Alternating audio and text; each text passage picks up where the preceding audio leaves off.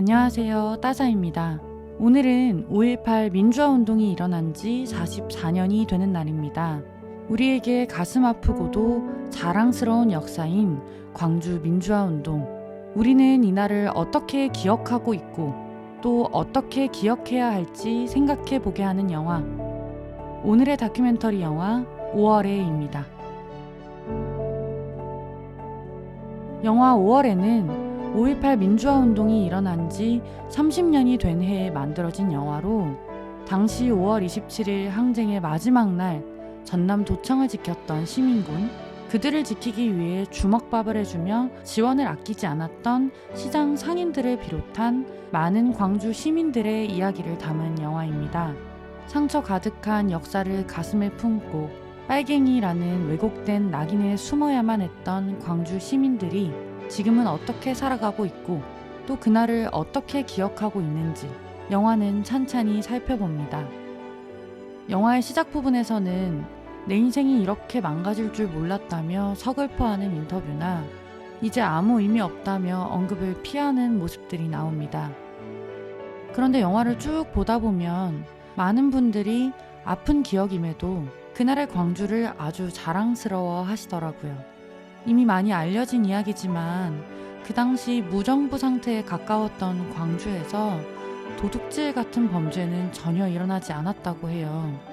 인터뷰 중 시민분들은 이에 대해 도둑도 강도도 항쟁 기간에는 휴업을 하고 항쟁에 참여했다. 광주에서 태어나고 살고 있다는 것에 자부심을 느낀다고 말합니다. 그리고 그 당시 시민들이 두려운 상황에서도 서로 나누고 챙기던 모습을 회상하면서 고마운 인연들을 그리워하는 모습도 많이 나옵니다. 영화 중반부에는 광주의 현재 갈등에 대한 이야기가 나오는데요. 영화가 제작되던 시기에 광주에서는 국립 아시아 문화전당을 건립하고자 구 전남도청 별관을 철거할 예정이었어요. 이에 대해 5.18 민주화운동 관련 단체가 반발하게 되고 별관 앞에서 충돌이 발생하기도 합니다. 이러한 모습이 영화에 그대로 담겨 있는데요. 인터뷰에서 도청 마지막 항전에서 아들이 사망한 한 어머니의 이야기가 나오는데요. 네가 여기서 죽었는데 이 건물을 철거를 한다니 내가 못 지키면 이거 부모라 할 것도 없죠. 제일 마음 아픈 것이 도청 철거 문제하고 잊혀져 가는 거다고. 그리고 이 철거 반대 운동을 부정적으로 보는 분들의 이야기도 나옵니다. 모두가 다 역사 현장이야. 전체를 한다면. 그런다면 다 살려내. 별과 그거 하나만 왜 살려내자 그래. 우리 민중항쟁 터전은 어디냐면은 강주 시내 전역이고 전라남도 전역입니다. 그 도청이라는 것은 저 개인적으로는 큰 거기가 어떠한 상징을 갖고 있다라고는 보지는 않습니다. 하나였던 광주가 둘로 갈라지는 가슴 아픈 장면을 보며 세월호 유가족분들이 가슴 아파했던 세월호 기억교실 문제가 떠올랐습니다. 학교 측에서는 아이들의 교실을 정리하고자 했고 아이들의 공간을 지켜야 했던 부모님들은 이를 막고자 하셨죠. 하지만 결국 아이들의 교실은 사라졌고 학교가 아닌 다른 곳에 기억교실이 만들어졌습니다. 정말 마음 아프면서도 참 어려운 문제라고 생각했습니다. 기억을 하는 과정에서 공간이 갖는 의미는 무엇일까요? 기억하기 위해 존재해야만 하는 공간은 어디까지일까요? 역사적 비극이나 사회적 참사 앞에서 꼭 나오는 말이 있습니다. 언제까지 그럴 거냐? 과거에서 벗어나 나아가고 싶은 사람들과 과거를 기억하고 해결하고 싶은 사람들 간의 이 간극, 이건 왜 생기는 걸까? 기억은 언제까지여야 하고 공간은 어디까지 지켜져야 하는 걸까?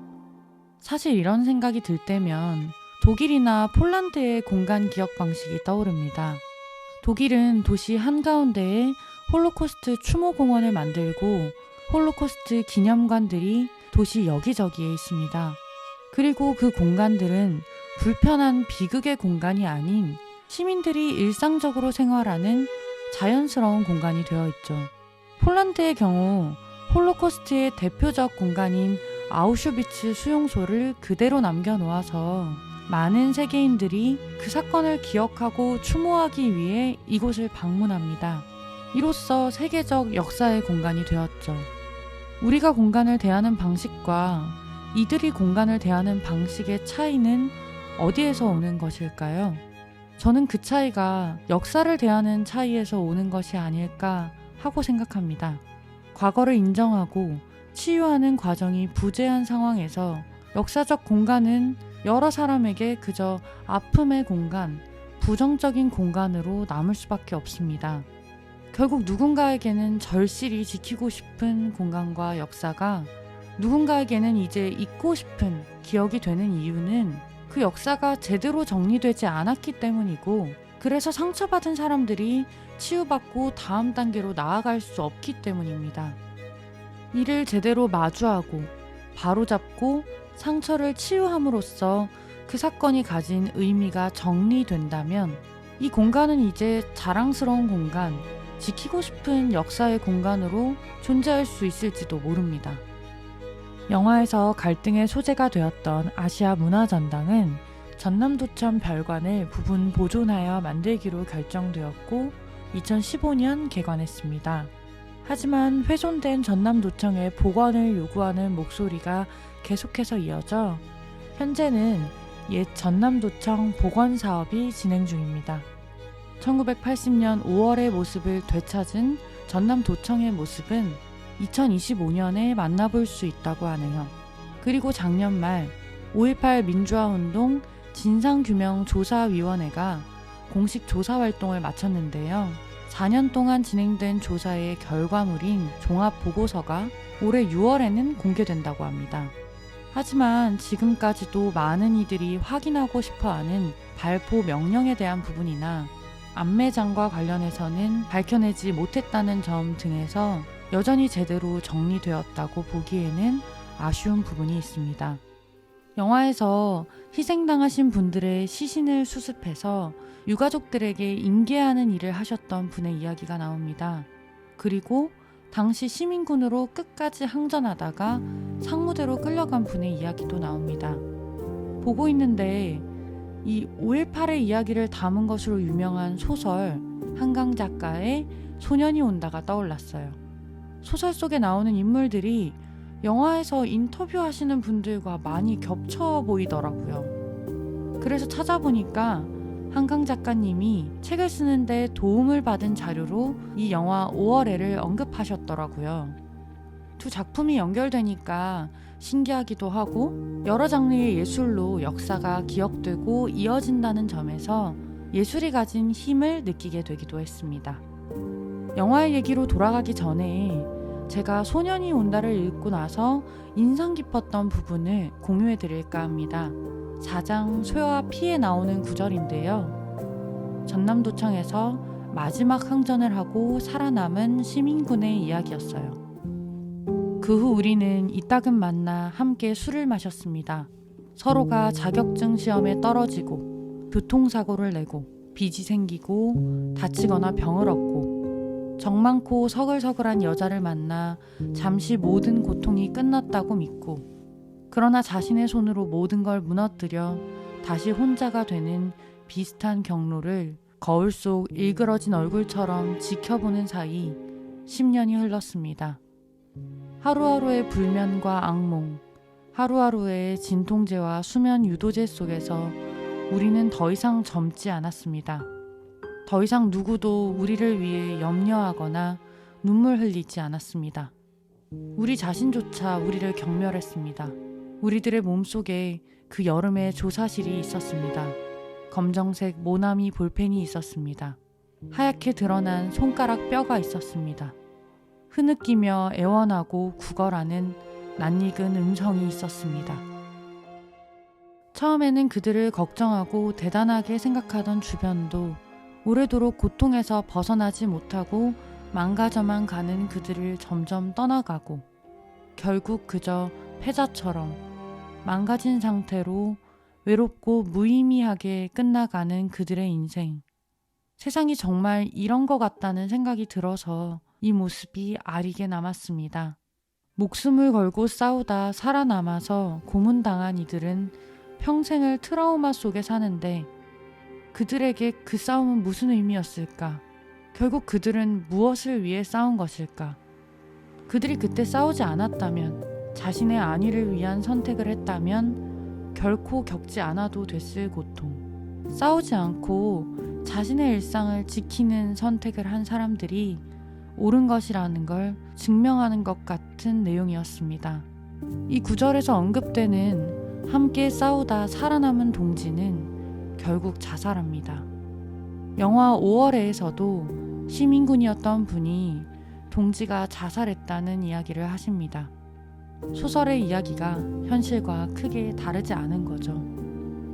영화에서 시장 상인분이 지금 젊은 사람들은 무서움이 먼저 앞서서 그때 우리처럼 못한다는 말을 하십니다. 어쩌면 우리가 두려운 것은 그렇게 싸운 사람들의 명예가 지켜지는 세상이 아니라는 걸 알기에 가치를 위해 싸우는 것보다 나 자신을 지키는 것이 더 잘 사는 세상이라는 것을 역사가 다 보여줬기에 그런 세상을 두려워하는 것이 아닐까 하는 생각이 듭니다. 결국 우리가 공간을 지키고 역사를 바르게 정리하고 배워야 하는 이유가 여기에 있습니다. 역사의 의인들이 제대로 존중받고 상처받은 이들이 제대로 치유받아야 그 역사를 보고 자라는 후세대도 가치 있는 세상에 대해 고민하고 올바른 소리를 낼 수 있는 어른으로 자랄 수 있기 때문입니다. 우리는 매년 5월이면 1980년 5월의 광주를 잊지 않기 위해 광주를 찾기도 하고 각자의 자리에서 그날의 광주 시민들께 경외심, 감사의 마음을 갖습니다. 광주를 기억하는 책, 영화, 음악이 나오고 더디지만 조금씩 가슴 아픈 역사가 자랑스러운 역사로 바뀌어 나가고 있기에 저는 이런 영화를 보고 나누는 방식으로 소중한 역사를 기억해 보려고 합니다. 5.18 광주 민주화운동이 일어난 지 44년이 된 오늘, 그날의 소중한 의인들을 기억하며 좋은 다큐멘터리 영화 5월에 한번 보시는 걸 추천드릴게요. 주목받지 못한 이들의 기억.